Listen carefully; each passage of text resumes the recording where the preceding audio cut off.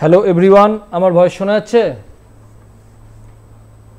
হ্যাঁ স্যার। হ্যাঁ স্যার, শোনা যাচ্ছে। ঠিক আছে। আচ্ছা দেখো, আজকের ক্লাসে সিভিল ইঞ্জিনিয়ারের সয়েল মেকানিক্স যে চ্যাপ্টারটা রয়েছে সিভিল ইঞ্জিনিয়ারিংয়ে, তার মধ্যে যেই টেস্টগুলো টোটাল রয়েছে সব কটা টেস্ট আলোচনা হবে। ঠিক আছে, কিছু কিছু আজকের ব্যাচে আমি আমার যেটা রেগুলার ব্যাচ, যারা রিটিন পরীক্ষার জন্য প্রিপারেশন নিচ্ছে তাদের এবং ইন্টারভিউর ব্যাচ, দুটো ব্যাচকে কম্বাইন্ডলি ক্লাস করাচ্ছি।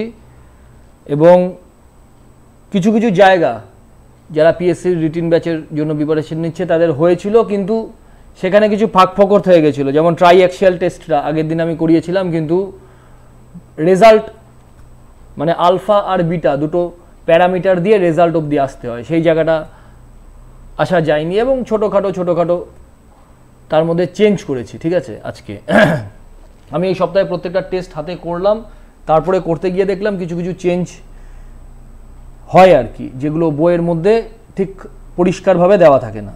তো দেখো, আমি শুরু করব ডার্সিস ল দিয়ে শুরু করব। ঠিক আছে, দেখো ডার্সিস ল প্রথমে আমরা কি করব, প্রথমে যে কোনো টেস্ট যেগুলো আমি বলবো তার আগে কিছু ভিডিও দেখাবো, কিছু ছবি দেখাবো। ঠিক আছে, সেই ভিডিও এবং ছবিগুলোর মাধ্যমে প্রথমে টেস্টগুলো তোমাদের সঙ্গে আলোচনা করব, তারপরে টাইম মতো জয়েন করে যাবে, দেরি করবে না। এই কি মমিনা কি খাতুন, তোমরা দেরি করবে না। এখন আমি 5টায় সময় দিয়েছি, 5:10 জয়েন করছো। প্রথমে কিছু ডায়াগ্রামের মাধ্যমে আমার ল্যাবে এক্সপেরিমেন্ট করেছি, কিছু ভিডিও কিছু ছবির মাধ্যমে টোটাল টেস্টটা বলবো, তারপরে বইয়ের ভাষা তুমি দেখবে। টোটাল যে ছবিগুলো আমি অ্যানালাইসিস করবো বা ভিডিওগুলোর মাধ্যমে যেভাবে বলবো সেভাবেই তোমার মাথায় পরীক্ষার হল অবধি থাকবে। ঠিক আছে, আচ্ছা এই একটা ডার্সিস ল যে এক্সপেরিমেন্টটা, সেটা ইনস্ট্রুমেন্টটা এমন একটা জায়গাতে বসানো রয়েছে, একটা টিপিক্যাল জায়গাতে বসানো রয়েছে যেখান থেকে ভালোভাবে ছবি তোলা যাচ্ছিল না। ঠিক আছে, এই হচ্ছে ইনস্ট্রুমেন্টটা। ইনস্ট্রুমেন্টটাতে কি দেখতে পাচ্ছ? ইনস্ট্রুমেন্টটার মধ্যে দেখতে পাচ্ছ যে একটা স্ট্যান্ড রয়েছে, এই স্ট্যান্ডের মধ্যে সয়েল ভরা রয়েছে। ঠিক আছে, সয়েল ভরা রয়েছে। প্রথমেই প্রশ্ন হচ্ছে কি ধরনের এখান থেকে আসে পারমিয়েবিলিটি, যে Darcy's law valid for which type of soil grain. ঠিক আছে, এটা একটা প্রশ্ন।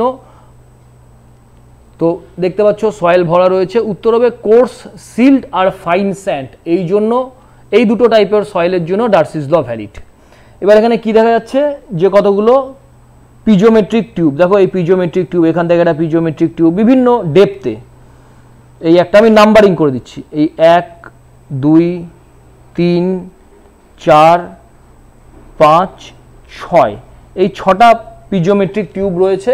এই 6টা পিজোমেট্রিক টিউব গিয়ে পিজোমিটারে যোগ হবে। ঠিক আছে, আর এখানে দেখো, এখানে একটা ফ্লোয়িং পাইপ রয়েছে যার মধ্যে জল টপে ফ্লো হয়, বা টপে ধরো তোমার এটা ইনলেট পয়েন্ট টপটা, আর আউটলেট পয়েন্ট এই নিচে দিয়ে। এখানে দেখতে পাচ্ছ একটা তোমার ভাল্ব রয়েছে, সেই ভাল্ব দিয়ে নিচে দিয়ে জল বেরিয়ে যায়। ঠিক আছে, এই হচ্ছে পুরো সেট আপটা। ক্লাসে তাড়াতাড়ি জয়েন করো যদি ক্লাস করতে হয়, নাহলে ক্লাস করার কোনো প্রয়োজন নেই। তাহলে জলের ফ্লোটা কেমন হবে? জলের ফ্লোটা আপ সাইড থেকে ডাউন সাইডে হবে, এটাও তোমরা বুঝতে পারলে। তাহলে জলের ফ্লো হবে এই ডাইরেকশনে, জল তোমার আপ সাইড থেকে ডাউন সাইডে এভাবে জলের ফ্লো হচ্ছে। তাহলে কি দেখলে, জলের ফ্লো হচ্ছে ভার্টিক্যালি ডাউনওয়ার্ড, জলের ফ্লো হচ্ছে, এবং 6টা পিজোমেট্রিক টিউব সেট করা রয়েছে। ভালো কথা। এবার এই পিজোমেট্রিক টিউবগুলো এই পিজোমিটারের মধ্যে, এখানে দেখো লেখা রয়েছে, এখানে দেখো ডার্সিস ল, আমার ডিটা এখানে বোঝা যাচ্ছে না, এই ডার্সিস ল লেখা রয়েছে। এই পিজোমেট্রিক টিউবগুলো এই পিজোমিটারের মধ্যে অ্যাড হয়েছে। দেখো এখানে 6টা পিজোমেট্রিক টিউব এই পিজোমিটারের মধ্যে। দাঁড়াও, পেনের কালিটা আমি শুরু করে নিচ্ছি। এটা এই 1 2 3 4 5 6, 6টা পিজোমিটারে গিয়ে অ্যাড হয়েছে। এখান থেকে তুমি কি বুঝতে পারলে? আমি আরেকটা তোমাদের ডায়াগ্রাম দেখাই। এবার এই ডায়াগ্রামটা আমি অনেকটা একসাথে যেটা জোড়া রয়েছে সেটাকে তোমাদের দেখানোর চেষ্টা করেছি এখানে। ঠিক আছে, যে এই পিজোমেট্রিক টিউবগুলো কি করে সয়েল স্ট্যান্ডটা আর তোমার পিজোমিটারের মধ্যে কানেকশন করা রয়েছে, এখান থেকে কিন্তু ক্লিয়ার হয়ে যাচ্ছে। এবার আমরা যখন জলের ফ্লো করাবো তখন কি হবে, এই আমি আরেকটা ডায়াগ্রাম দিয়ে বোঝাচ্ছি। এটা এটা যখন ওপেন চ্যানেল ফ্লো পড়িয়েছিলাম, অনুশ্রী তোমাদের ব্যাচে এটা বুঝিয়েছিলাম, মনে করে দেখো ওপেন চ্যানেল ফ্লো পড়ানোর সময় এই ছবিটা দিয়েই বুঝিয়েছিলাম। এখানে কি দেখতে পাচ্ছ, এখানে 6টা নয়, ওটাতে 6টা, প্রিন্সিপাল একই। এখানে অনেকগুলো পিজোমেট্রিক টিউব রয়েছে, আর গুনে দেখছি না, ঠিক আছে। এবার এই পিজোমেট্রিক টিউবগুলোর তে কি হচ্ছে দেখো, এক একটা দেখবে জলের লেয়ার তোমাদের দেখাবো, ঠিক আছে। তার মানে এই পিজোমেট্রিক পাইপের সাহায্যে জল এই পিজোমেট্রিক স্ট্যান্ডগুলোর মধ্যে এলো, এবং এক একটা টিউবে দেখো জলের ডেপথ এক এক রকম।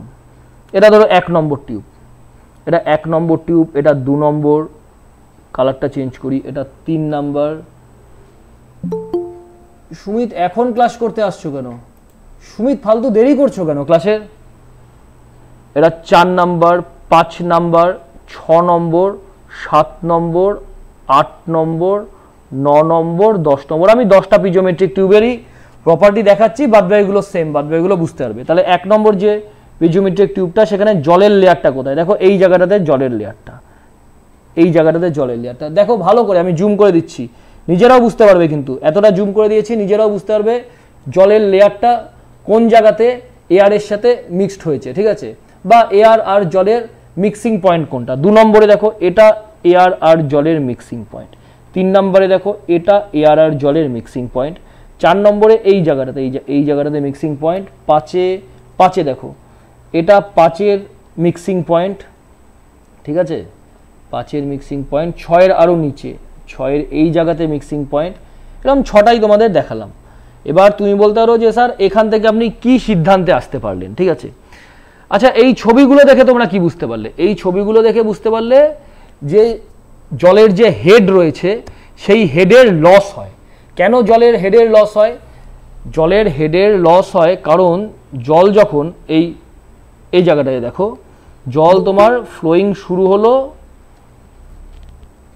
এটাকে রূপকুমার হালদার, আমি নামে চিনি না রূপকুমার হালদারকে।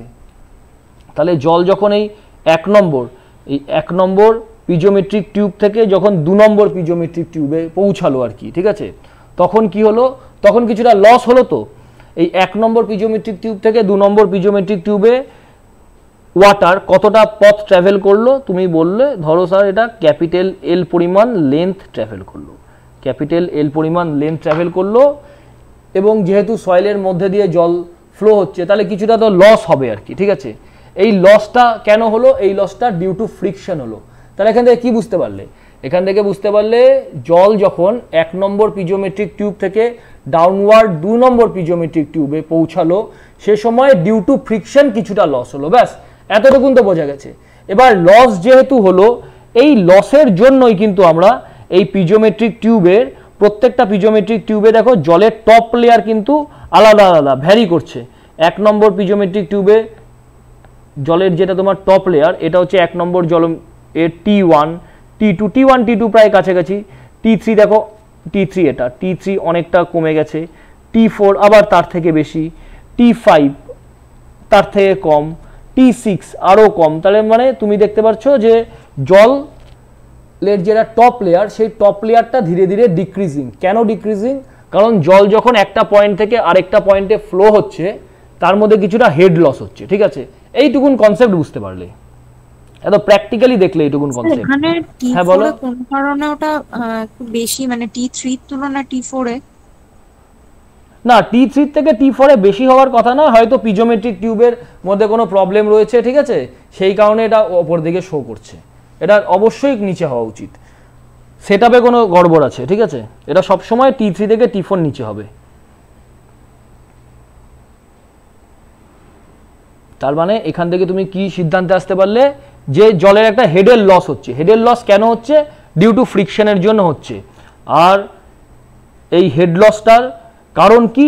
কারণ জল এই ক্যাপিটাল এল পরিমাণ ডিস্টেন্স ট্রাভেল করছে, ব্যাস এইটুকুন তো একদম সিনেমার মতন দেখলে, এখানে কোনো অসুবিধা নেই। কিন্তু এখান থেকে কি কি প্যারামিটার পেলে? একটা হেড লস পেলে, এখান থেকে তুমি দুটো প্যারামিটার পেলে, একটা হেড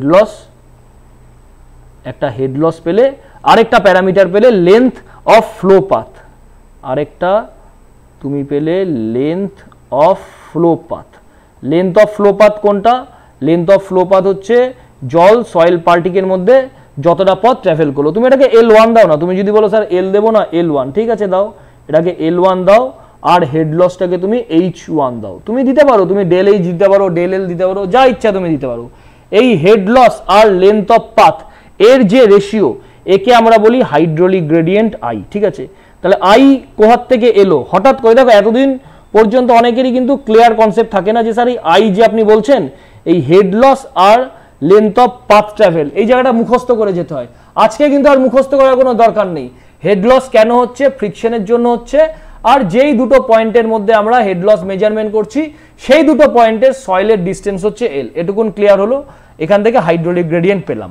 এবার ডার্সি বলে একজন সায়েন্টিস্ট, এই পার্টিকুলার ইনস্ট্রুমেন্টটা কিন্তু ডার্সিস, এখানেও দেখো লেখা রয়েছে, এখানে এই জায়গায় এই ছবিটা দেখো পরিষ্কার বোঝা যাচ্ছে, ডার্সিস লয়ের এটা ইনস্ট্রুমেন্ট।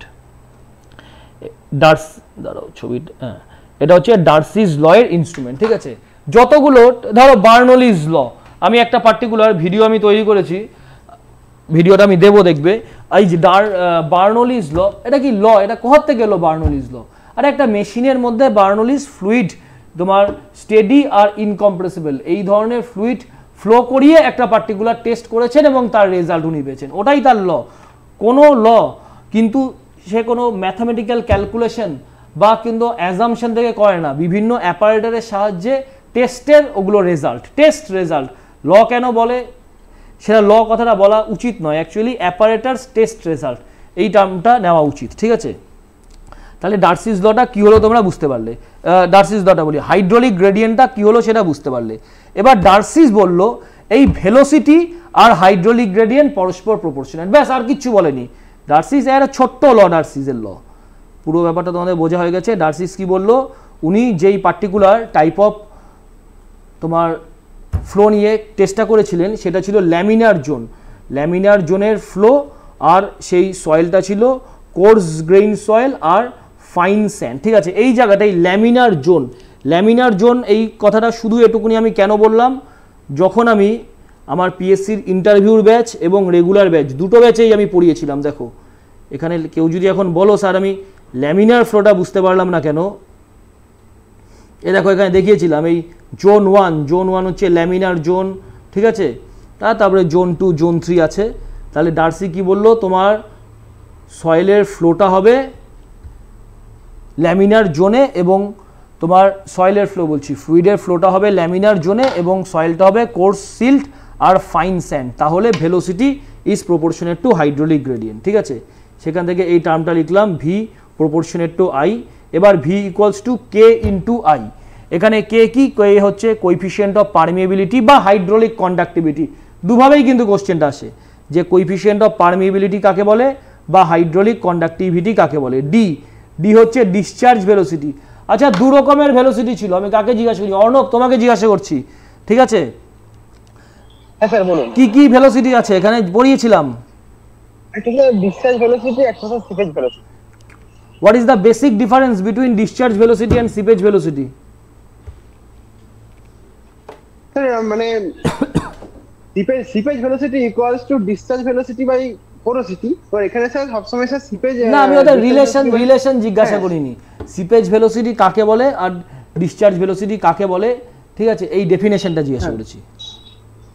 সিপেজ ভেলোসিটি হচ্ছে সয়েলের মাসের মধ্য দিয়ে যে সিপেজ হয় তার মানে সেই ক্ষেত্রে যে ভেলোসিটি সেটাকে সিপেজ ভেলোসিটি বলবো, ঠিক আছে। এই ক্ষেত্রে স্যার মানে সয়েলের যে ডিসচার্জ মানে সয়েলের মধ্যে দিয়ে ওয়াটার যে পার্টিকেল যে ফ্লো করছে, না ক্লিয়ারলি বলতে পারলে না, ক্লিয়ারলি মূল বুলেট পয়েন্টটা ক্লিয়ারলি বলতে পারলে না, ঠিক আছে। আচ্ছা তাহলে এই হয়ে গেল ডিসচার্জ ভেলোসিটি। ভেলোসিটি দু রকমের রয়েছে, একটা হয় সিপেজ ভেলোসিটি, একটা ডিসচার্জ ভেলোসিটি। মূল পার্থক্য কি বলতো, আমরা যেই সয়েল পার্টিকেলের এখানে ফ্লোটা আমরা ক্যালকুলেশন করলাম, আমরা ধরলাম টোটাল সয়েল দ্বারাও, এটাও আমি আমার পুরনো ক্লাসের ভিডিও থেকে তোমাদের রেফার করাই, তা নাহলে ড্রয়িং করতে হবে। হ্যাঁ বলো, কে বলবে? স্যার আমি স্যার। হ্যাঁ অনেক বলো। হ্যাঁ স্যার ডিসচার্জ ভেলোসিটি মূল স্যার ক্রস সেকশন জুড়ে স্যার ফ্লোটা হয়। গুড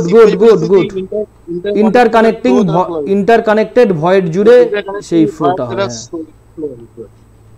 ঠিক আছে। আর তাহলে বলার কিছু নেই, শুনে রাখো ভেলোসিটি দু রকমের হয়, একটা সিপেজ ভেলোসিটি, একটা ডিসচার্জ ভেলোসিটি। সিপেজ ভেলোসিটি কাকে বলে, যদি তুমি টোটাল সয়েলের ক্রস সেকশন জুড়ে যদি ভেলোসিটি মেজারমেন্ট করো তাহলে তাকে বলা হয় ডিসচার্জ ভেলোসিটি। আর সিপেজ ভেলোসিটি কাকে বলে? অ্যাকচুয়ালি তো যে সয়েলটা ফ্লো হচ্ছে এটা তো টোটাল ক্রস সেকশন জুড়ে হচ্ছে না, সেই সয়েলের যে ভয়েডগুলো রয়েছে তার ইন্টার কানেকশন জুড়ে সয়েলের মধ্যে দিয়ে জলের ফ্লোটা হচ্ছে। সেই পার্টিকুলার ইন্টার কানেক্টেড ভয়েডের এরিয়া যখন তুমি ক্যালকুলেশন করবে তখন তুমি পাবে হচ্ছে তোমার সিপেজ ভেলোসিটি। এটা কোথায় লিখেছিলাম টোটাল নোটটা তাহলে খুঁজে দেখতে হবে, ঠিক আছে? ঠিক আছে, পুরো নোটটা দেখে নেবে এই জায়গাটা। এই হয়ে গেল পারমিয়েবিলিটি, ডার্সিস ল। ব্যাস, ডার্সিস ল সম্বন্ধে আর কিচ্ছু তোমাদের দেখতে হচ্ছে না। এরপরে দেখাচ্ছি হচ্ছে, দাঁড়াও, ডার্সিস ল হয়ে গেল, তো এবার ক্যালিফোর্নিয়া বেয়ারিং রেশিও দেখাই। হ্যাঁ গৌতম। স্যার আমার একটা প্রশ্ন ছিল। হ্যাঁ বলো বলো। স্যার আপনি পারমিয়েবিলিটির পড়ানোর সময় ক্লাসটা করেছিলাম, আমি করেছিলাম, তো অ্যাবসলিউট পারমিয়েবিলিটি আর মানে কোএফিসিয়েন্ট অফ পারমিয়েবিলিটি দুটো ডিফারেন্স লিখিয়েছিলেন। ওই জায়গায় বলেছিলেন যে কোএফিসিয়েন্ট অফ পারমিয়েবিলিটি শুধুমাত্র আমি আজকে শোনো বিদ্যুৎ, আমি আজকে টেস্টের মধ্যে যাই, তোমার যেটা সমস্যা আছে তুমি আমাকে ফোন করবে। অনেকগুলো টেস্ট করাবো তো, টেস্টের জায়গাটাতে বলো শুধু। হ্যাঁ, ওটা অন্য টপিকে আমি তোমার সঙ্গে পরে আলোচনা করবো, নাহলে শেষ হবে না এতগুলো টেস্ট। ঠিক আছে, আমি বুঝেছি তুমি কি জায়গাটা বলছো। ওই একটা ফ্লুইড ফ্লো করছে আর 3টে ফ্লুইড ফ্লো করছে, ওই জায়গাগুলো বলছো তো? না স্যার, আপনি বলছেন অ্যাবসলিউট পারমিয়েবিলিটিটা শুধুমাত্র সয়েল প্রপার্টিজের উপর ডিপেন্ড। হ্যাঁ ঠিক। আর কোএফিসিয়েন্ট অফ পারমিয়েবিলিটি পারকোরেটিভ ফ্লুইডের উপরও ডিপেন্ড করে, প্লাস সয়েলের প্রপার্টিজের উপরও ডিপেন্ড করে। ঠিক আছে, বুঝে গেছি। তুমি এটা আমাকে পরে কন্ট্যাক্ট করো, আমি তোমাকে এটা বুঝিয়ে দিচ্ছি। সেটা আমি ক্লাসেও বলেছিলাম ভালো করে এই জায়গাটা। ঠিক আছে, আচ্ছা এর পরে পড়াবো সিবিআর।